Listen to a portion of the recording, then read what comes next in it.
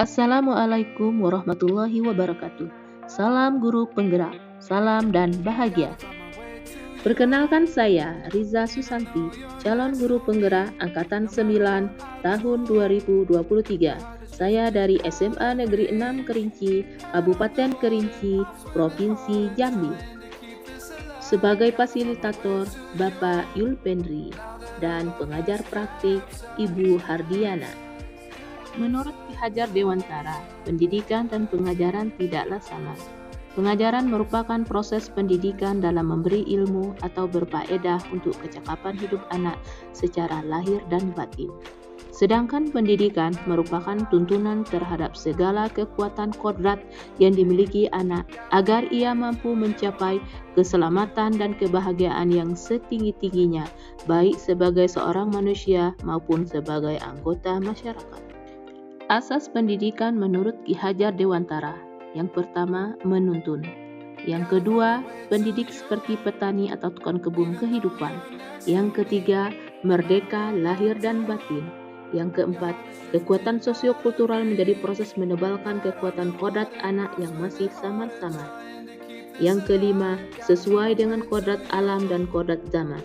Yang keenam, budi pekerti. Yang ketujuh, berpihak kepada murid. Dan yang kedelapan, trikon, yaitu kontinu, konvergen, dan konsentris. Sebelum saya mempelajari modul 1.1 tentang pemikiran Ki Hajar Dewantara, pembelajaran yang saya lakukan, yang pertama, pembelajaran lebih dominan dilakukan oleh guru atau teacher center. Yang kedua, dalam proses pembelajaran semua siswa diperlakukan sama tanpa melihat bakat dan minat siswa. Yang ketiga, saya hanya menilai pengetahuannya saja seperti saat mereka selesai mengerjakan tugas, ulangan harian, maupun saat ujian semester atau ujian naik kelas. Yang keempat, ketuntasan materi lebih penting daripada memahami karakteristik siswa. Dan yang kelima, nilai merupakan patokan utama keberhasilan anak dalam belajar. Jika anak sudah mencapai nilai KKM yang saya tetapkan, artinya anak sudah tuntas atau berhasil dalam pembelajaran. Sehingga saya kadang merasa gagal sebagai seorang guru jika banyak siswa saya yang gagal mencapai nilai KKM. Setelah saya mempelajari modul 1.1 tentang pemikiran Ki Hajar Dewantara, saya menyadari apa yang saya pikirkan dan saya lakukan selama ini tidaklah tepat. Setelah saya mempelajari modul 1.1 tentang pemikiran Ki Hajar Dewantara, saya menyadari, yang pertama, pembelajaran lebih banyak melibatkan siswa atau student center.